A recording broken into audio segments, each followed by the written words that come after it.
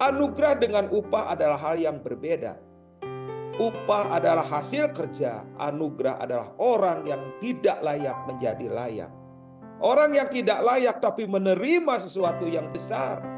Tetapi orang-orang ini mengubahnya, yang harusnya anugerah menjadi upah.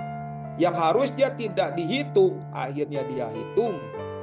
Yang harusnya dia lakukan segala sesuatu dengan kemurnian, ketulusan, dan pengabdian, ia tidak lagi dengan murni, tidak lagi dengan tulus, dan tidak lagi dengan mengabdi. Semuanya ada takarannya, semuanya ada hitungannya, dan hitungannya makin ketat, dan makin ketat. Ujungnya seperti ayat 16. Demikianlah orang yang terakhir akan menjadi yang terdahulu, dan yang terdahulu akan menjadi yang terakhir. Menyedihkan ketika kita kehilangan hati di hadapan Tuhan. Yang tadinya tidak ada masalah, sekarang semuanya jadi masalah. Yang masalah kecil jadi masalah besar. Segala sesuatunya dihitung, sama seperti orang upahan ini. Yang tadinya menerima anugerah, lambat laun mengubahnya menjadi upah. Yang tadinya tidak membandingkan, sekarang membandingkan. Yang tadinya mereka sungguh-sungguh, sekarang tidak sungguh-sungguh. Yang tadinya tidak ada persaingan, sekarang penuh dengan persaingan. Itulah yang terjadi dalam perumpamaan kedua ini. Yang ketiga, mari kita lihat di dalam Matius 21 ayat 28 sampai 32. Ayat ini berkata begini, tentang perumpamaan dua orang anak. Tetapi apakah pendapatmu tentang ini?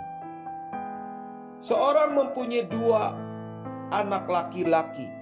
Ia pergi kepada anak yang sulung dan berkata, "Anakku, pergi dan bekerjalah hari ini dalam kebun anggur." Jawab anak itu, "Baik, Bapak," tetapi ia tidak pergi. Lalu orang itu pergi kepada anak yang kedua dan berkata juga demikian. Dan anak itu menjawab, "Aku tidak mau." Tetapi ia kemudian menyesal lalu pergi juga. Ayat 31.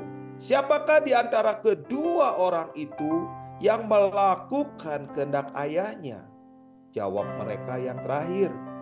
Kata Yesus kepada mereka, "Aku berkata kepadamu, sesungguhnya pemungut-pemungut cukai dan perempuan-perempuan sundal akan mendahului kamu masuk ke dalam kerajaan Tuhan. Sebab Yohanes datang untuk menunjukkan jalan kebenaran kepadamu, dan kamu tidak percaya kepadanya. Tetapi pemungut-pemungut cukai dan perempuan-perempuan sundal percaya kepadanya. Dan meskipun kamu melihatnya, tetapi kamu tidak menyesal, dan kamu juga tidak percaya kepadanya." Yesus menceritakan kisah tentang dua orang anak. Ketika yang pertama dikatakan, "Pergilah, bekerjalah di kebun anggur." Lalu orang-orang itu pergi. Tapi enggak juga, dia tidak datang ke tempat kebun anggur dan tidak bekerja. Dia cuma mengatakan iya kepada ayahnya, tapi dia tidak menuruti apa yang ayahnya mau. Lalu ayahnya pergi kepada anak kedua. Anak kedua mengatakan, "Aku tidak mau." Lalu pergi juga. Tapi di tengah jalan menyesal. Dia tadinya mau pergi ke satu tempat yang lain, namun dia pergi ke kebun anggur dan bekerja. Lalu Yesus bertanya kepada kita, siapakah di antara kedua orang itu melakukan kehendak ayahnya? Dan kita pun menjawab yang terakhir. Nah, ayat 31 ini dengar baik-baik.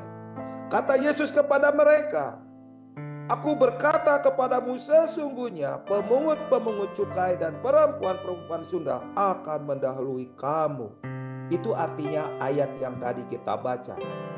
Tetapi akan ada orang-orang yang awal, yang terdahulu akan menjadi yang terakhir.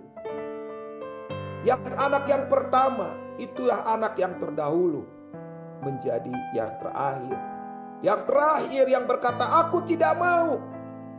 Dia menyesal, dia pergi mengerjakan kehendak Bapa.